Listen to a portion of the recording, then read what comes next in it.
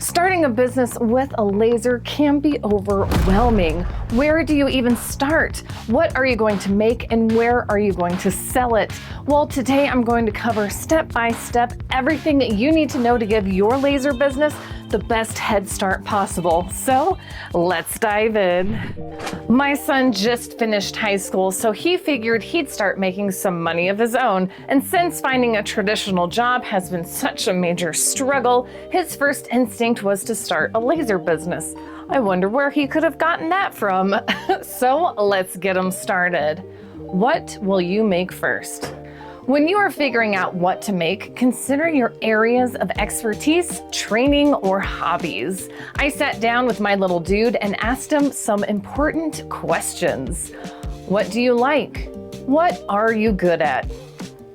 Yep, pretty grueling first step, I know. It turns out he loves funny t-shirts, cats, coffee, and tabletop gaming. We thought about what pairs well and are sticking with just coffee and tabletop gaming.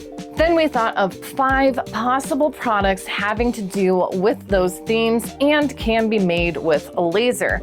Drink stirrer, tumblers, coasters, tabletop gaming terrain, and funny coffee and gaming quote keychains. The terrain and keychains don't have so much to do with actual coffee, so we scrapped those ideas. Since we are starting with limited funds, we settled on just tumblers and coasters. We'll expand the product line once we get some experience points in the field. So we're going with a drinkware business. He will be designing matching tumblers and coasters for a gift set initially. They could be sold separately, but we'll focus on a high-ticket set to get started. Branding. His mission now is to get designing. Getting to know your branding look and feel is actually a great place to start and will help you stay on brand with future products and packaging, which is surprisingly important. Did you know 72% of American consumers agree that product packaging design influences their product purchase decisions? Which brings me to the sponsor of this video, Munbin. This thermal printer is going to be the only other tool we need for this new business, besides a laser, of course. Slow and steady is the name of the race, but that doesn't mean we aren't going to hit the ground running with professionalism. Even though this will be a craft-oriented business, we can still come off like this business owns the 37th floor of a New York skyscraper. This new thermal printer by Munbin, the RW405, is a powerhouse. If you've seen my other video about my 5 top tools for laser businesses, then you'll have seen me with another Munbin printer that I use literally just about every day, not only for packing labels, and what's even more fun is little happy stickers I give out as treats for my customers. This printer can do all that, but it has a function unlike any other thermal printer, and that is it can print into colors with either this special blue and black or red and black print capable thermal stickers. We are going to make our packaging stand out from the rest. Here's another statistic for you.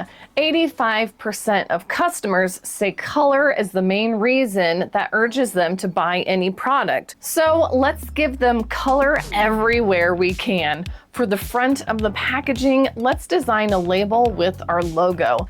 The app has a zillion and one fonts and images to use, lots of templates too, I love that, and you can import your own images, so let's start there. Using the app, I have the ability to find an awesome font and curve it into that space just right, so it's perfect. Select which type of the 2 color labels you are using and assign that to your images and text. We are ready now to print some colors. So let's print out one with the blue and black thermal printing stickers and another with the red and black. It's easy to switch out the many types of thermal stickers they have and to adjust them to any size. Now that we have a sample of each, let's see which one the boss likes. Red is the winner. Let's print out a few more so we have them handy when we get to packaging. Here's one of the boxes we are going to try out with the packaging. We can just put the logo sticker right on there. And since we won't be needing the shipping labels just quite yet, as we plan to research what the people want before we start paying for a website, I'm gonna have a little more information on that later. Let's use these shipping labels as a bit of an About Me section on the side of the box. And heck, let's throw in a coffee recipe too. Who doesn't love that? It's the little things that brings pops of magic into a product, in my opinion. I just need to print out a few of these. These labels are just black and white, but I think they turned out pretty cute. Let's put this on the side of the box as well with our logo sticker. As a fun bonus, let's make an extra little logo sticker that will hide in the box as a bit of a thank you and a surprise. People love that. We'll be doing that once everything is made. So if you want to add a pop of color to your packaging, make fun little sticker presents for your customers, and print out your own shipping labels, I have a link down below in the description and the pinned comment for this RW405 printer by Munbin. So check it out. We've got even more plans on how the final packaging will all come together, but first we still need to think about what designs we want to make for our products. Designing. This kid knows a lot about nerds. We brainstormed what type of designs would appeal to other tabletop gamers. We're thinking dice sets, like that would be used in Dungeons and Dragons. He also likes skulls, which seems pretty on theme for this and other things, and swords. Always with the swords, kids these days, am I right? The reason we are just focusing on 3 design themes is because we don't want to go nuts.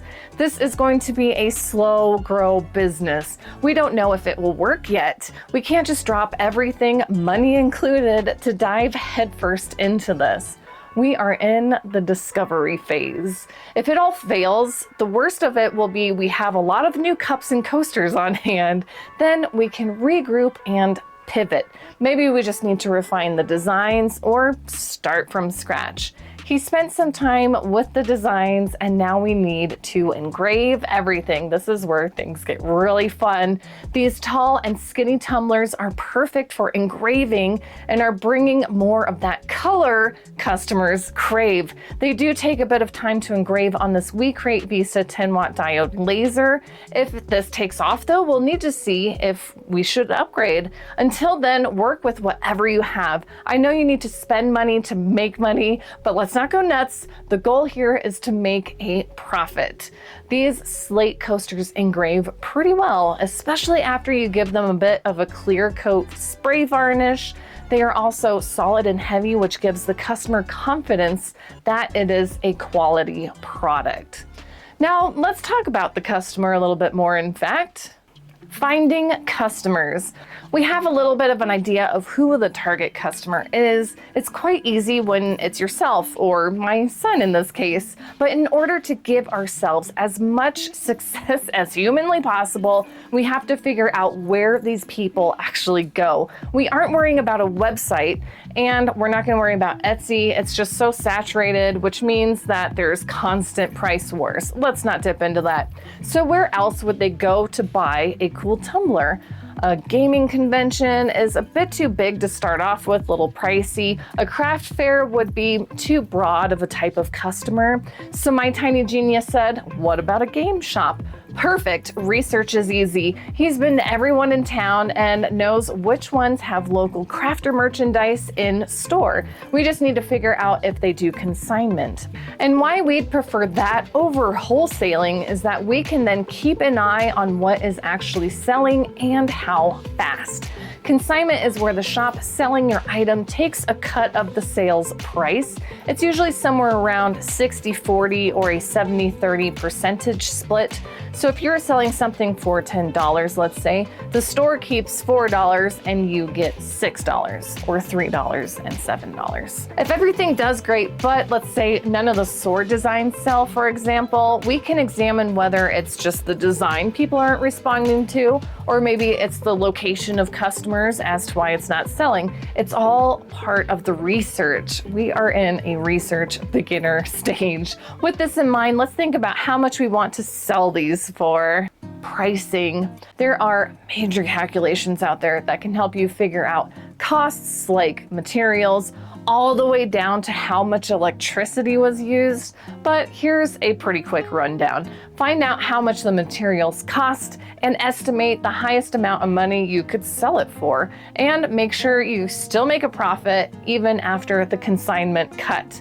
These tumblers are $4.12 each. The boxes were about $1.25 each, and the coasters were $1.22 a piece.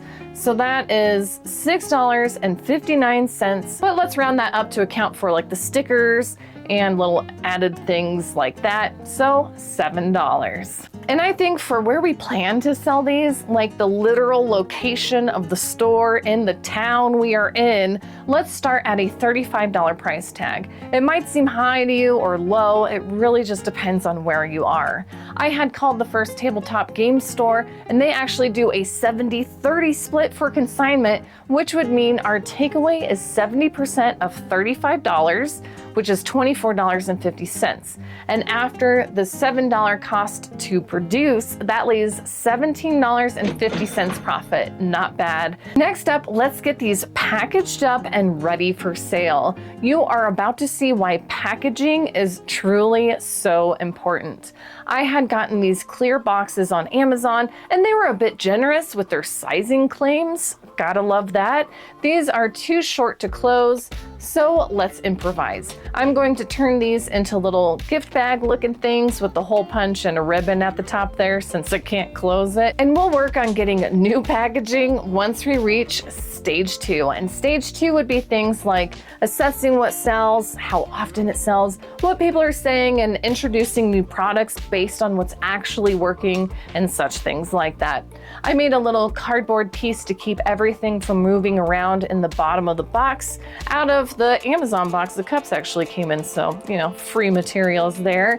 Using this lifetime supply of crinkled paper stuff that hides a little bit of the cardboard and gives it some more visual interest. The labels really make this thing look like a product, am I right? You can even put a little barcode on the back with the barcode function in the app. I have too much fun with this printer, I'm telling you. I'm going to hide that little thank you sticker in the tumbler itself, and there you have it.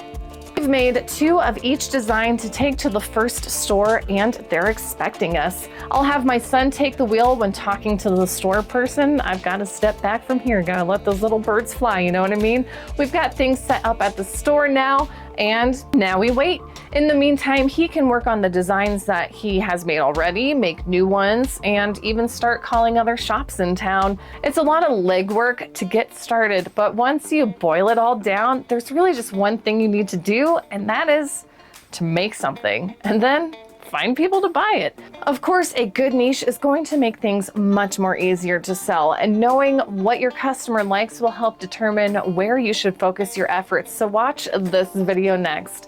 And if you're ready to add some colorful branding and super quick stickers and labels to your new laser business, check out the thermal printers Munbin has to offer in my links down below. Thank you so much for watching, and happy crafting!